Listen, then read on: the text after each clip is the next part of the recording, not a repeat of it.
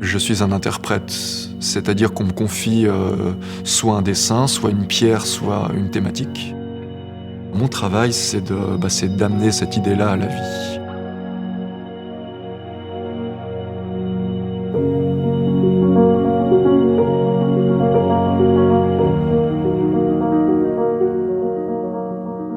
Travailler à la main, c'est un besoin vital pour moi.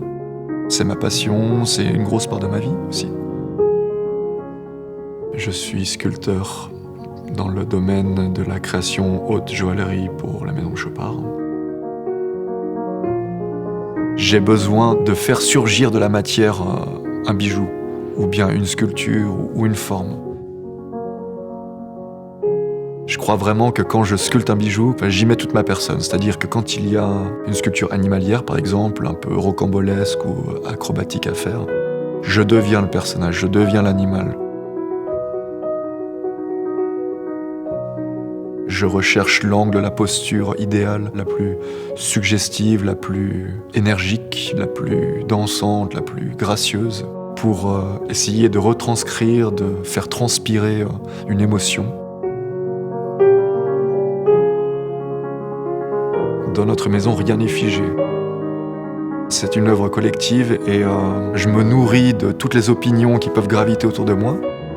C'est une conjugaison de tout ce qu'on aimerait apporter à un bijou. C'est une quête sans fin. On met parfois beaucoup de temps à faire un bijou, mais chaque seconde, chaque minute passée est sciemment passée. Il faut y mettre du beau, il faut y mettre de la poésie. Je crois beaucoup au fait que quand on possède un bijou, on y porte tout d'abord une part de soi-même, mais aussi l'influence de celui qui l'a sculpté ou fabriqué ou façonné. C'est une sorte d'artefact, c'est une sorte de talisman. Ma passion et ma volonté de sculpter un bijou, j'aimerais la retrouver en interne ou plus loin ou avec d'autres personnes.